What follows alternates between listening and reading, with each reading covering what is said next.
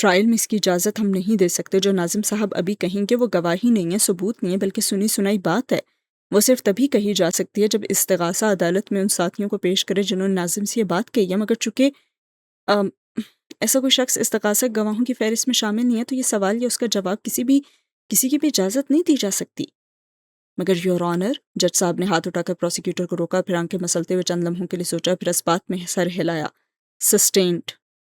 Prosecutor نے صبر کا گھونٹ بھرا اور چند ایک واجبی سوال پوچھے اور واپس آ بیٹھا، اور زمر قلم رکھ کر اٹھی اور چھوٹے چھوٹے قدم اٹھاتی کٹہرے قریب گئی اور ناظم خاموشی سے اسے دیکھتا رہا. آپ کو انگریزی آتی ہے؟ سنجیدگی سے سوال کیا تھا، اور ناظم نے ایک نظر پیچھے بیٹھے پروسیکیوٹر کو دیکھا، پھر زمر کو. جی تھوڑی بہت. ڈائنگ ڈیکلریشن کیا ہوتا ہے؟ عدالت کو بتائیں گے آپ؟ اس نے تذبذب سے شانے اچکائے. اوکے میں بتاتی ہوں. ڈائنگ ڈیکلریشن نزی بیان کو کہتے ہیں جو کوئی شخص مرتے وقت دیتا ہے. اور آبجیکشن یور آنر، مسز زمر مدعے سے باہر جا رہی ہیں. پروسیکیوٹر جلدی سے کھڑا ہوا. Over ruled. ان کی پوری بات سننے میں کیا حرج ہے؟ جج صاحب نے زمر کو ایک حوصلہ افزا نظر سے دیکھا اور وہ واپس ناظم کی طرف گھومی. آپ نے کیا اس کیس کا نام سن رکھا ہے؟ اشرف پرویز بنام سلیم شاہد. جی. اس کیس میں سلیم شاہد پر الزام تھا کہ اس نے ایک شخص کو سڑک پہ چھرا مار کر قتل کیا، اور مقتول نے مرنے سے پہلے نزعی حالت میں بتایا تھا کہ اس کا قاتل سلیم شاہد، اور یہ کہ اس نے خاندانی عداوت کی بنا پہ ایسا کیا ہے. اس راہگیر کا نام ایک. اس نے کاغذ اٹھا کر لائی اور ناظم کی طرف بڑھایا. مجھے پڑھ کر سنائیں. اور ناظم نے ایک نظر کاغذ پر ڈالی. ناظم فاروق ولد محمد فاروق. ناظم صاحب، کیا آپ اس کیس میں بطور گواہ پیش ہوئے تھے اور آپ نے مقتول کا ڈائنگ ڈیکلریشن عدالت کو سنایا تھا؟ جی ہاں. مگر عدالت نے ملزم سلیم شاہد کو تو بری کر دیا تھا. کیا آپ مجھے اس کاغذ پہ ہائی لائٹ شدہ سطور اونچی آواز میں پڑھ کر سنائیں گے جس میں جسٹس نعیم الحق نے اس نزی بیان پہ یقین نہ کرنے کی وجہ بیان کی ہے؟ وہ انگریزی میں سطور پڑھنے لگا اور سب خاموشی سننے لگے. دوران جرا یہ ظاہر ہوتا ہے کہ PW5 ناظم فاروق نے چند باتوں میں غلط بیانی سے کام لیا ہے. اس کے علاوہ PW5 ناظم فاروق کی کریڈیبلٹی اور سابقہ ریکارڈ ایسا صاف شفاف اور شک و شبے سے پاک بھی نہیں ہے، اس لیے ان کی بات پہ یقین نہیں کیا جا سکتا. یہ پڑھ کر وہ خاموش ہو گیا. جو شخص ایک معاملے میں جھوٹ بول سکتا ہے اس کی بات پہ کسی دوسرے معاملے میں یقین نہیں کیا جا سکتا. یہ الفاظ جسٹس محمد عامر ملک نے 1990 میں صابر بنام سرکار اپیل کیس کے دوران کہے تھے. اور ان الفاظ کی روشنی میں کیا ہم آپ کی بات پہ یقین کریں ناظم صاحب؟ یور آنر، مسز زمر ایک اور کیس کو اس کیس کے ساتھ ملا کر گواہ کی کریڈیبلٹی کو ٹھیس پہنچانے کی کوشش کر رہی ہیں. اس نے پھر احتجاج کیا اور زمر نے دونوں ہاتھ اٹھا دیے. اوکے فائن، مجھے گواہ کی کریڈیبلٹی کو چیک کرنے دیں. دوبارہ سے ناظم کو دیکھتے ہوئے سنجیدگی سے بات کا آغاز کیا. آپ کتنی دفعہ جیل جا چکے ہیں؟ اس سوال پہ پروسیکیوٹر نے پھر سے پہلو بدلا. 2 دفعہ. کیا یہ درست ہے کہ آپ کے اوپر چوری اور اغوا برائے تاوان کے 5 مقدمے مختلف اوقات میں قائم ہو چکے ہیں؟ جی. وہ ڈھٹائی سے بولا، اور زمر نے جج صاحب کو ان الفاظ کو جذب کرنے کے لیے چند لمحے کا وقفہ دیا اور پھر بولی. اس رات آپ جب فیکٹری پہنچے تو آپ نے گن فائر کب سنا؟ جب میں نے کار پارک کی. اور پھر آپ دوڑ کر اندر آئے تو کیا دیکھا؟ یہی کہ فارس غازی نے گن مقتول پہ تانی ہوئی ہے اور مقتول کی کن پٹی سے خون بہہ رہا ہے. کیا فارس غازی اس کو دوسری گولی مارنا چاہتا تھا؟ آبجیکشن یور آنر، کاؤنسلر گواہ سے اس کی رائے مانگ رہی ہیں. اور وہ پھر پیچھے سے بولا. جج نے سسٹینڈ بولا ہی تھا اور زمر فوراً سے کہنے لگی. اوکے میں سوال کو ریفریز کرتی ہوں. کہ آپ نے غازی کو دوسری گولی چلانے سے روکا؟ نہیں، وہ دوسری گولی نہیں چلا رہا تھا، اس نے مجھے دیکھ کر گن نیچے کر لی. اوکے. وہ وائٹ بورڈ کی طرف آئی اور ایک جگہ انگلی رکھی. اس مقام پہ آپ نے کار پارک کی اور اس مقام پہ فارس غازی نے آپ کے بقول گولی چلائی. میں چند روز پہلے اپنے بھتیجے کے ساتھ اس جگہ پہ گئی اور اس نے مجھے پوائنٹ اے سے پوائنٹ بی تک بھاگ کر دکھایا. سو اس پارکنگ کی جگہ سے اس اندرونی کمرے تک بھاگ کر بھی اگر آئے نا تو 1.5 منٹ تو لگ ہی جاتا ہے. آپ کو بھی اتنا ہی وقت لگنا چاہیے. مجھے صرف اتنا سمجھائیں کہ گولی چلانے کے بعد 1.5 منٹ تک ایک آدمی جس کا ارادہ بقول آپ کے دوسری گولی چلانے کا بھی نہیں تھا، وہ کیوں اپنے مقتول پہ پستول تانے رکھے ہوگا؟ عموماً گولی چلانے کے بعد پستول جھٹکا کھاتا ہے اور لوگ پستول والا ہاتھ نیچے گرا دیا کرتے ہیں. میں کیا کہہ سکتا ہوں، میں نے جو دیکھا وہ بتا دیا. اس نے ڈٹھائی سے شانے اچکائے اور زمر نے ایک نظر جج صاحب کے تاثرات پہ ڈالی جو کاغذ پہ کچھ لکھ رہے تھے، پھر دوبارہ ناظم کی طرف گھومی. اچھا مجھے ذرا ریفریش کرنے دیں. غازی مبینہ طور پہ لاش کو کس طرح کار تک لے کر آیا؟ گھسیٹ کر. فیس اپ یا فیس ڈاؤن؟ جی. لاش کا چہرہ اوپر تھا یا زمین کی طرف تھا؟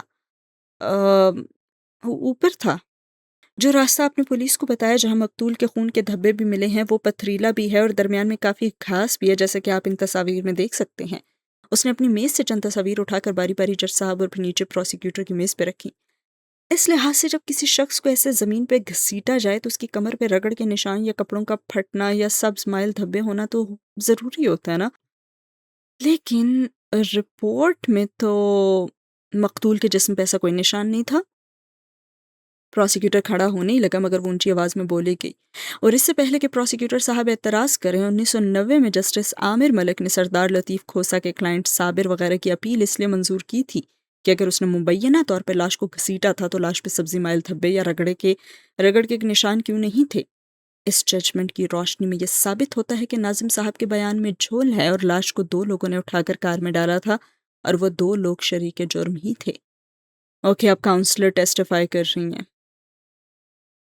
اور زمر اسے نظر انداز کر کے جج صاحب کے سامنے آ کر بولی، یور آنر، مجھے مزید کوئی سوال نہیں کرنا، لیکن میں گواہ کو ری کراس کرنے کا حق محفوظ رکھنا چاہتی ہوں۔ پروسیکیوٹر کے تاثرات بے چینی سے بگڑے، اور یور آنر، اگر اس دوران ناظم صاحب جیل توڑ کر کسی دوسرے ملک فرار ہو گئے تو عدالت کو ان کی گواہی خارج کرنی ہوگی یا پروسیکیوٹر صاحب کو اس گواہ کو گیو اپ کرنا پڑے گا۔ اب وہ دونوں ایک ساتھ سا بولنے لگے تھے اور درمیان میں جج صاحب بھی خاموش سے کچھ کہے جا رہے تھے، ناخوشی سے۔ فارس نے ایسے میں مڑ کر احمر کو دیکھا جو کسی سوچ میں گم لگتا تھا۔ میں پھر کہہ رہا ہوں کاردارس کی جاب چھوڑ دو، خاور کے ہوتے ہوئے وہ کسی دوسرے کو اپنا رائٹ ہینڈ نہیں بنائیں گے۔ خاور نہیں ہے اب، وہ ہلکا سے بولا تو فارس نے ایک دم چونک کر اسے دیکھا۔ کیوں، کدھر گیا وہ تیزی سے سیدھا ہوا۔ معلوم نہیں، نوکری سے نکال دیا اسے یا خود ہی کہیں روپوش ہو گیا۔ احمر سامنے دیکھنے لگا اور فارس نے ہونٹ سکیڑ کر سانس خارج کی اور واپس پیچھے کو ہوا۔ کچھ معلوم ہے کیوں؟ وہ تو ان کا قابل اعتبار آدمی تھا نا، سرسری سا پوچھا۔ نو آئیڈیا، احمد نے شانے چکائے اور ایک مسکراہٹ فارس کے لبوں پہ ابھر کر معدوم ہوئی۔ اتنے دن بعد سکون کا سانس نصیب ہوا تھا اسے۔ ایک نظر پروسیکیوٹر کی طرف دیکھا جو عدالت برخاست ہونے پہ اب موبائل پہ کوئی نمبر ملاتا تیزی سے باہر نکل رہا تھا۔ کوشش کرتے رہو مگر تمہیں پیسے دینے والا فون نہیں اٹھائے گا۔ وہ جب اٹھا تو مسکرا رہا تھا۔ احمد کچھ کہے بنا باہر نکل گیا، اور زمر نے بھی اپنی چیزیں اٹھاتے ہوئے چونک کر اسے مسکراتے دیکھا اور پھر آنکھیں سکیڑی۔ ایسا کیا ہوا ہے جو میں نہیں جانتی؟ ارے نہیں، میں یہ سوچ رہا تھا کہ ناظم کی طرف سے پریشان نہ ہو، وہ جیل سے نہیں بھاگے گا۔ تمہیں کیسے پتا؟ میں دیکھ لوں گا اس معاملے کو۔ بالکل نہیں، قلم اٹھا کر سختی تنبیہ کی۔ تم کسی معاملے کو نہیں دیکھو گے، اور اگر تم نے کسی کو پھر جیل میں مارا پیٹا تو اچھا نہیں ہوگا۔ تم مجھ سے چاہتی کیا ہو؟ صبر و تحمل سے اس کے سامنے کھڑے ہو کر اس نے پوچھا۔ اول تو یہ کہ تم بالکل آرام اور سکون سے جیل میں رہو، کچھ نہ کرو، کچھ بھی نہیں، صرف ایک شریف آدمی بن کر رہو، اور دوم، تم مجھے آپ کہا کرو۔ اسے گھور کر وہ پلٹی کہ وہ اسی تابیداری سے بولا، جو تم کہو۔ زمر کے تو سر پہ لگی تلموں پہ بجھی ایڑیوں پہ تیزی سے گھومی۔ تمہیں پتہ ہے فارس، اگر مجھ پہ ایک قتل معاف ہوتا نا تو کس کو گولی مارتی؟ مجھے پتہ ہے، وہ مسکرا کر ہلکا سے اس کی طرف جھکا۔ تم خودکشی کرتی؟ اور ایک طرف سے نکل کر سپاہیوں کی طرف بڑھ گیا جو اسے لینے آ رہے تھے۔ اف، اس نے پھر اس کا ڈھیروں غصہ اپنے اندر اتارا تھا اور سین ہوا ختم۔ ہم ہیں سوکھے ہوئے تالاب پہ بیٹھے ہنس جو تعلق کو نبھاتے ہوئے مر جاتے ہیں۔ یہ شاید اگلی رات کا قصہ ہے۔ اندھیرے اور دھند میں ڈوبی اینکسی کی عمارت خاموش پڑی تھی اور کچن میں دودھ ابلنے رکھا ہوا تھا، اور حنین چولہے کے آس پاس ٹہلتی موبائل اسکرین پہ انگلی پھیر رہی تھی۔ لمبا سویٹر پہنے، پیروں میں مختلف رنگ کی جرابیں جن سے انگوٹھے برہنہ ہو کر نکل رہے تھے، اور بالوں کو گول مول باندھے وہ ایک بے ترتیب اور بھرے بھرے کچن کے اندر کھڑی تھی۔ سارے برتن دھلے تھے مگر پھر بھی کچھ صاف نہ لگتا تھا، نہ جانے کیوں۔ اور اسکرین کو دیکھتے اس کی آنکھیں پھیلی اور انگوٹھے اور انگلی سے اس سطر کو زوم کر کے بڑا کیا اور پڑھا، نوشرواں کاردار اور علیشہ ربیکہ کاردار اب دوست ہیں۔ فیس بک کی ایک پبلک سی اطلاع کو دوبارہ وہ بار بار پڑھ رہی تھی، اور ہاشم کی پروفائل وزٹ کرنا تو وہ چھوڑ ہی چکی تھی، مگر باقی کاردارس کو وہ کبھی کبھی دیکھ ہی لیتی تھی۔ مگر یہ دونوں دوست کیسے بن گئے؟ اس نے دانتوں کے درمیان انگلی دبا کر سوچا، اور اسے حیرت ہوئی۔ آج ہی تو فیونا نے بتایا تھا کہ خاور اب یہاں جاب نہیں کرتا، یعنی اگر میں اس سپر ہیرو مطلب سپر لوزر کی پروفائل ہیک کروں تو کسی کو نہیں پتا چلے گا۔ آنکھیں چمکی اور اس سے پہلے کہ وہ ایکسائٹڈ ہو کر لیپ ٹاپ اٹھاتی، اس کی آواز کے ساتھ دودھ ابل کر چولہے پہ جا کے اللہ میرے، وہ دہل کر پلٹی اور جلدی سے چولہا بند کیا۔ پورے 20 منٹ میں ادھر کھڑی رہی مگر نہیں، تب نہیں ابلنا تھا اسے، اور 1 منٹ کے لیے میں نے فون کیا اٹھایا اور یہ گر گیا۔ میں کدھر جاؤں؟ ڈوئی زور سے کاؤنٹر پہ پٹک کر وہ رونے والی ہو رہی تھی، اور دفتن چوکھٹ پہ سمر نے آئی اور وہ اپنے لیے چائے بنانے آئی تھی شاید۔ کیا ہوا؟ اندر آتے تعجب سے اس کو دیکھ کر پوچھنے لگی۔ حادثہ ہوا، قیامت ہوئی۔ وہ آنکھوں میں آنسو لیے غصے اور غم سے بول رہی تھی، میں میں حنین یوسف اب 10 منٹ یہاں کھڑی ہو کر چولہا صاف کروں گی، اور پھر یہ فرش بھی۔ اس روز کتابیں لی تھی پڑھنے کے لیے، پینٹ خریدا تصویریں بنانے کے لیے کہ آنکھ اور دل کو کیسے مصروف کروں، مگر پڑھنے لگی تو فوکس نہیں ہوا، پینٹ کرنے لگی تو رنگ ہی ادھر ادھر بہنے لگے۔ اچھا ٹھیک ہے، نہ مجھے پڑھنے کا شوق ہے، نہ آرٹسٹک ہوں، مجھے تو انجینئر بننا تھا، وہ بھی نہ بن سکی، ایم اے بھی نہیں کیا میں نے۔ آپ بتائیں کہ میں اتنی جینیس لڑکی اس قابل تھی کہ یوں گھر میں ضائع ہو جاؤں؟ مجھے تو کمپیوٹر ہیکر بننا تھا، آئی ٹی ایکسپرٹ، بڑے بڑے الگورتھمس لکھنے تھے۔ مجھے تو کھٹ کھٹ کر کے کمپیوٹر کی دنیا پہ حکمرانی کرنی تھی، اور میں کر کیا رہی ہوں؟ دونوں ہاتھ ہلا ہلا کر غصے اور آنسو بھری آنکھوں کے ساتھ بولے جا رہی تھی، میں یہاں پہ برتن دھو رہی ہوں، چولہوں کی گرل مانج رہی ہوں، باتھ روم صاف کر رہی ہوں، فرش اسکرب کر رہی ہوں، جھاڑو اور ٹاٹ لگا رہی ہوں۔ ارے نوکرانیاں کرتی ہیں یہ کام، یا وہ پتی ورتا قسم کی بیویاں جن کے پاس دنیا کا کوئی دوسرا کام ہوتا ہی نہیں ہے، نہ ٹیلنٹ ہوتا ہے نہ ذہن ہوتا ہے، وہ کرتی ہیں ایسے کام، اور امی نے مجھے ان کاموں پہ لگا دیا۔ وہ صدمے میں تھی اور زمر تحمل سے سنتی رہی۔ آئی ایم ڈن، دونوں ہاتھ اٹھا کر جیسے اعلان کیا۔ بہت بن چکی ہوں میں ماسی، نہیں کرنے مجھے فارغ عورتوں والے کام۔ پیر پٹک کر آنسو پہنچتی وہ دھپ دھپ لاؤنج کی طرف بڑھ گئی، اور زمر جس نے ساری تقریر خاموشی سنی تھی بس ہلکی سی سانس لے کر بولی، تو پھر اپنا واٹس ایپ سٹیٹس بھی بدل لو۔ بیسمنٹ کی طرف جاتی حنین رکی، مڑ کر بھیگی آنکھوں میں تعجب، پھر اسے دیکھا۔ کیوں؟ کیونکہ جو آیت تم نے لگا رکھی ہے مجھے اس کا مطلب معلوم ہے۔ وہ نرمی سے کہتی آستین موڑے چائے کی کتیلی چولہے پہ رکھنے لگی۔ آپ کیا کہنا چاہ رہی ہیں؟ یہی کہ سادی کو اس آیت کے بارے میں بہت سے فلسفے آتے ہوں گے، مگر مجھے اس کا ایک ہی مطلب معلوم ہے، سادہ اور آسان سا مطلب کہ اللہ نے وحی کی شہد کی مکھی کی طرف، اور اسے کہا کہ وہ اپنا گھر بنائے، اور وہ پھولوں پھلوں سے رس چوسے یا آسان راستوں پہ چلے۔ یہ سب اس لیے کرتی ہے تاکہ اپنا گھر واپس آ سکے، تاکہ وہ اپنے گھر واپس آ سکے اور اپنے گھر کو میٹھے اور خوبصورت رنگوں سے بھر سکے، اور پھر ساری محنت کا جو نتیجہ نکلے گا اس میں شفا ہی ہوگی تمہارے دل کی، کیونکہ دنیا کا سب سے زیادہ شفا بخش مشروب اس گھر میں بنتا ہے جو شہد کی مکھی کا گھر ہوتا ہے، سب سے خوبصورت، سب سے زیادہ آرگنائز۔ لیکن آف کورس اس نے شانے چکا، یہ تو ماسیوں، کم ذہن ہاؤس وائفز والے فضول کام ہے، سو تم اپنی شفا کتابوں اور پینٹنگز اور کمپیوٹرز میں ڈھونڈو، ویسے بھی کل صداقت پلس فیملی آ جائے گا واپس، سو تم پریشان نہیں ہو اور جا کر سو جاؤ۔ کسی بھی ناراضی کے بغیر وہ اب مصروف سی دودھ کے تیلی میں انڈیل رہی تھی، اور حنین ایک دم بالکل متحیر اور ساکت کھڑی رہ گئی۔ زمر اسے چھوڑ کر چائے بنا کر اوپر آ گئی، اور اسامہ ندرت والے کمرے میں ٹیب لیے بیٹھا کوئی گیم کھیل رہا تھا۔ اس کا چارجر صرف اس کے کمرے کی سوئچ میں چلتا تھا، سو وہ اب اکیلی بیڈ گراؤنڈ سے ٹیک لگائے کمبل میں لپٹی گھٹنوں پہ پائر رکھے چائے کے گھونٹ بھر رہی تھی، اور کپ ابھی آدھا ہوا تھا کہ موبائل بجا، اور اس نے چونک کر دیکھا۔ غیر شناسا سا نمبر کان سے لگا کر مصروف اور محتاط سا ہیلو کیا۔ السلام علیکم مسز زمر۔ وہ مسکرا کر خوشگوار سے انداز میں بولا تھا، تو زمر نے بے اختیار مگ سائڈ پہ رکھا اور سیدھی ہوئی اور بھوری آنکھوں میں حیرت ابھری۔ ڈونٹ ٹیل می تم جیل توڑ کر فرار ہو گئے، اور اگر نہیں تو سیل فون کہاں سے ملا؟ ڈونٹ ٹیل می کہ تمہیں نہیں پتا یہاں کیا کیا مل جاتا ہے۔ وہ رات کے اس پہر ایک تنہا پڑی کوٹھڑی میں سلاخوں پہ ایک ہاتھ رکھ کے کھڑا، دوسرے سے موبائل کان سے لگا کر مسکرا رہا تھا، اور قدرے فاصلے پہ محتاط سا پولیس اہلکار ادھر ادھر دیکھتے پہرے دے رہا تھا۔ اچھا، اور کیا مل سکتا ہے؟ اس نے مسکرا کر فائل پرے رکھی اور ایک انگلی پہ عادتاً گھنگریالی لپیٹتے گویا ہوئی۔ تم سن کر جیلس ہوگی۔